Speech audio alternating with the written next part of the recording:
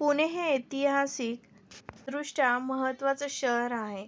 पुण्याला जुने वाडे त्याचबरोबर जुने मंदिरं म्हणजे ऐतिहासिक मंदिरं यांनी एक छानशी ओळख आहे.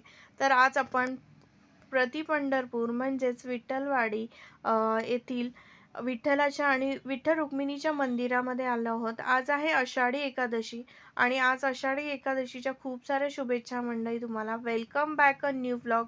आजच्या व्लॉगमध्ये खूप सारं स्वागत आहे तुमचं. आणि आपण आलो आहोत पुण्यातील सुप्रसिद्ध आणि पंढरपूर या नावाने ओळखलं जाणारं विठ्ठल रुक्मिणीच्या मंदिरामध्ये. तर आता आपण एंट्री केलेलीच आहे, पण त्याआधी तुम्हाला एक सांगायचं आहे मला. हे जे मंदिर आहे पुण्यातील सिंहगड रोडवरील हे ऐतिहासिक आणि तुम्ही जर पाहाल ना तर अति सुंदर आणि देखणं रूप असणारं विठ्ठलाचं मंदिर आहे.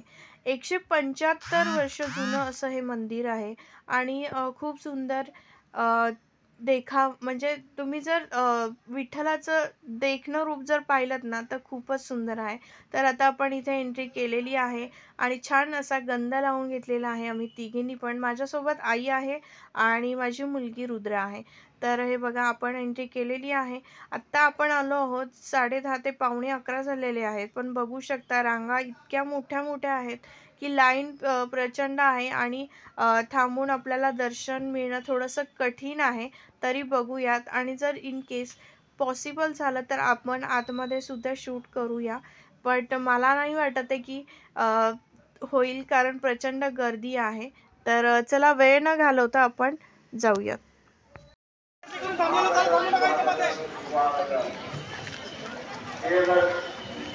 हिरकणी कक्ष पांढरा उभारण्यात आलेला आहे.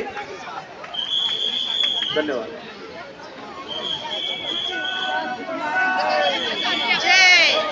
आई गर्दी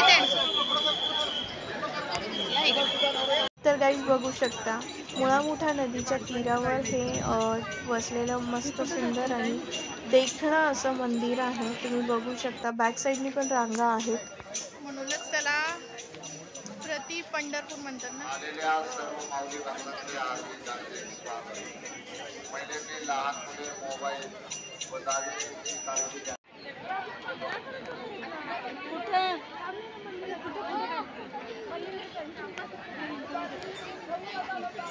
कृष्ण आले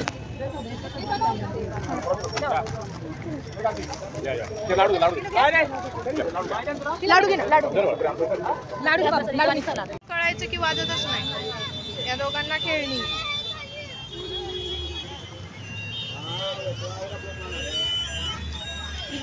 वाजतंय वाजतंय